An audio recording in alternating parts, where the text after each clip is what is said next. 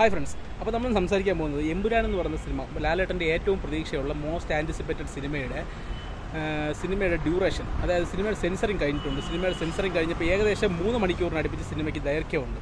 3 മണിക്കൂറിന് അടുപ്പിച്ച് 3 മണിക്കൂർ 1 മിനിറ്റും ആയിരുന്നു അവർ കൊടുത്തിരുന്നതെങ്കിൽ കുറച്ച് 10 സെക്കൻഡ് എന്തോ കട്ട് ചെയ്ത് പിന്നെ ചിലയിടത്ത് എന്തോ മ്യൂട്ട് ചെയ്യാൻ പറഞ്ഞിട്ടുണ്ടെന്ന് പറയുന്നത് കേട്ടോ. അപ്പം അങ്ങനെ US സർട്ടിഫിക്കറ്റാണ് കിട്ടിയിരുന്നത്. അപ്പോൾ ആ സിനിമയെക്കുറിച്ച് നമുക്ക് സംസാരിക്കാനുള്ള എന്താണെന്ന് വെച്ചാൽ US സർട്ടിഫിക്കറ്റാണ് കിട്ടിയിരുന്നത്. നമ്മൾ ഈ ഇതിൻ്റെ ആക്ഷൻ ഡയറക്ടേഴ്സിൻ്റെയൊക്കെ പേര് നോക്കുമ്പോഴത്തേക്കും മോസ്റ്റ് വയലൻറ്റഡ് സിനിമ എടുത്ത ആൾക്കാരൊക്കെ അതിനകത്ത് ഉണ്ട്. ആ സിനിമയ്ക്കകത്ത് ആക്ഷൻ ഡയറക്ടേഴ്സ് ആയിട്ടുണ്ട്. അപ്പോൾ നമ്മളെല്ലാവരും പ്രതീക്ഷിക്കുന്ന കുറച്ചും കൂടെ വയലൻസ് ആയിട്ടുള്ള സീൻസൊക്കെ അതിനകത്ത് കുത്തിക്കയറ്റാൻ ചാൻസ് ഉണ്ട്. ഈ മാർക്കോ എന്ന് പറഞ്ഞ സിനിമയ്ക്ക് ശേഷം ഇറങ്ങുന്നതായതുകൊണ്ട് കുറച്ചൊക്കെ അതിനകത്ത് സീൻസൊക്കെ കുത്തിക്കയറ്റാനുള്ള സാധ്യത ഉണ്ടെന്ന് വിചാരിച്ചു. പക്ഷേ അതൊന്നുമില്ല. US സർട്ടിഫിക്കറ്റാണ് കിട്ടിയിരിക്കുന്നത്. അതൊക്കെ പൃഥ്വിരാജിൻ്റെ ഐഡിയാറ്റിക് ആയിട്ടാണ് പുള്ളി തീരുമാനിച്ചിരിക്കുന്നത്. കാരണം എന്താണെന്ന് വെച്ചാൽ ഈ സെൻസറിങ് ഒക്കെ വന്നു കഴിഞ്ഞാൽ A സർട്ടിഫിക്കറ്റ് കിട്ടിക്കഴിഞ്ഞ് കഴിഞ്ഞാൽ പിന്നെ ചിലപ്പോൾ ആ സിനിമയ്ക്ക് ഇത്രത്തോളം കളക്ഷൻ നേടണമെന്നില്ല, കുട്ടികൾ കാണാൻ കയറില്ല. അതൊക്കെ ഒരു ഫാക്ടറാണ്. അപ്പോൾ അതുകൊണ്ട് തന്നെ ആയിരിക്കും പൃഥ്വിരാജ് ഇതിനകത്ത് അധികം വയലൻസ് കുത്തിക്കയറ്റാതെ മോസ്റ്റ് സ്റ്റൈലിഷ്ഡ് ആയിട്ടുള്ള ആക്ഷൻ ആയിരിക്കും അതിനകത്ത് ഉൾപ്പെടുത്തിയിരിക്കുന്നത് നമുക്ക് പറയാൻ സാധിക്കും.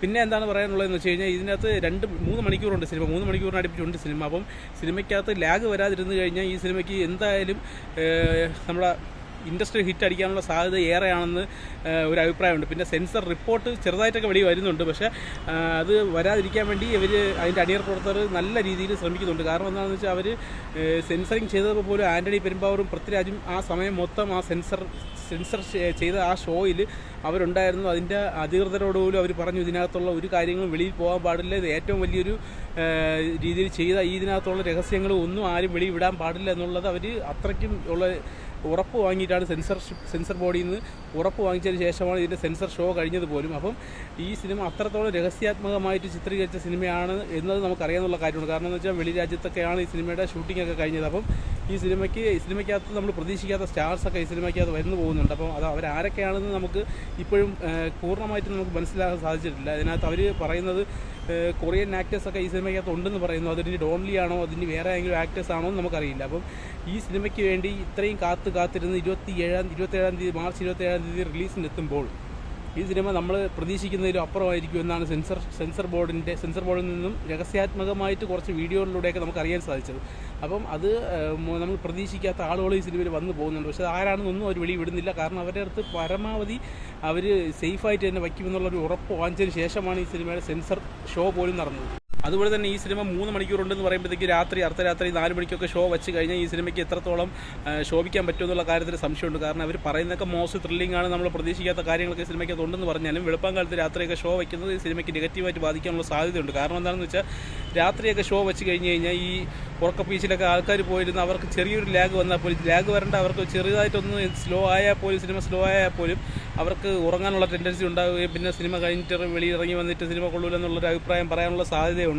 അപ്പോൾ അതുകൊണ്ട് തന്നെ ഈ സിനിമയ്ക്ക് ലേറ്റ് നൈറ്റ് ഷോസ് അല്ലെങ്കിൽ വെളുപ്പാങ്കാലത്തുള്ള ആദ്യത്തെ ഷോ മാത്രം ഒഴിവാക്കി ഇത് രാവിലെ ഒരു 8 മണിക്കോ പോട്ടെ 7 മണിക്ക് റിലീസ് ചെയ്താൽ പോലും അല്ലെങ്കിൽ 6 മണിക്ക് റിലീസ് ചെയ്താൽ പോലും കുഴപ്പമില്ല എന്നുള്ളൊരു അഭിപ്രായമാണ് എനിക്കുള്ളത്. കാരണം ഇതുപോലുള്ള ഇത്രയും മോസ്റ്റ് ആൻറ്റിസിപ്പേറ്റഡ് ആയിട്ടുള്ള കുറേ മോഹൻലാൽ സിനിമ വന്നിട്ടുണ്ട്. അപ്പോൾ ആ സിനിമകളൊന്നും വെളുപ്പാങ്കാലത്ത് 4 മണിക്കും 12 മണിക്കൊക്കെ വെച്ച സിനിമകളൊക്കെ അതിഗംഭീരമായിട്ട് പൊട്ടിയ ചരിത്രം മാത്രമേ ഉള്ളൂ. അതിന് ഏറ്റവും പ്രധാനപ്പെട്ട ഉദാഹരണമാണ് നമ്മുടെ മലൈക്കോട്ടെ വാലിബൻ, നമ്മുടെ മരക്കാർ അറബിക്കളുടെ സിംഹം, അതുപോലുള്ള ബിഗ് ബജറ്റ് സിനിമകൾ. അപ്പം ഇതുപോലുള്ള സിനിമകളുടെ അവസ്ഥ ഇതിന് വരാതിരിക്കണമെങ്കിൽ രാവിലെ 7 മണിക്കോ അല്ലെങ്കിൽ 6 മണിക്കോ ഷോ വയ്ക്കണം. അല്ലാതെ 4 മണിക്കും 12 മണിക്കോ ഒന്ന് ഷോ വെച്ച് കഴിഞ്ഞാൽ ഈ സിനിമയ്ക്ക് നെഗറ്റീവായിട്ടുള്ള അഭിപ്രായങ്ങൾ വരാനുള്ള സാധ്യതയുണ്ട്. സെൻസർ ബോർഡിൽ നിന്ന് നല്ല റിപ്പോർട്ടുകളാണ് കിട്ടുന്നതെങ്കിൽ പോലും എത്രയും നല്ല സിനിമ എന്ന് പറഞ്ഞാൽ പോലും സിനിമയ്ക്കകത്ത് ഒരു 5 മിനിറ്റ് സ്ലോ ആയി പോയി കഴിഞ്ഞാൽ പോലും ഇവർക്ക് രാത്രി ഈ 12 മണിക്ക് ഉറക്കം ഒഴിഞ്ഞു വന്നിരിക്കുന്നവർക്ക് ഉറക്കം വരാനുള്ള ചാൻസ് ഉണ്ട്. അപ്പോൾ അവരുടെ ഉറക്കത്തെ നമുക്ക് ഒരിക്കലും നിയന്ത്രിക്കാൻ പറ്റില്ല. ഉറങ്ങി എണീറ്റ് പിന്നെ അവർ വീണ്ടും കാണുമ്പോൾ വാലും തുമ്പും ഇല്ലാതെ കണ്ടിട്ട് സിനിമ കണ്ടിട്ട് വെളുപ്പാങ്കാലത്ത് ഇറങ്ങി വന്നിട്ട് റിവ്യൂ ചോദിക്കുന്നവന്മാർ പറയുന്നത് സിനിമ മോശമാണ്, അത് മനസ്സിലായില്ല, ഇത് മനസ്സിലായില്ല, കുറേ ഉണ്ട്, എന്തൊക്കെയാണെന്ന് മനസ്സിലായില്ല എന്നുള്ള രീതിയിലൊക്കെ പറയും ആ സിനിമയ്ക്ക്. പിന്നെ അത് റിവ്യൂ ആയിട്ട് വരും. പിന്നെ അതൊക്കെ ആ സിനിമയുടെ കളക്ഷനെ എല്ലാം ബാധിക്കാൻ സാധ്യതയുണ്ട്. അപ്പോൾ അതുകൊണ്ട് തന്നെ രാത്രി 12 മണിക്ക് 4 മണിക്കുള്ള ഷോയൊക്കെ ഒഴിവാക്കി രാവിലെ 6 മണി തൊട്ട് ഷോ ആരംഭിക്കുകയാണെങ്കിൽ നമുക്ക് ആ സിനിമ വലിയൊരു രീതിയിൽ വിജയമാവാനുള്ള സാധ്യതയുണ്ട്.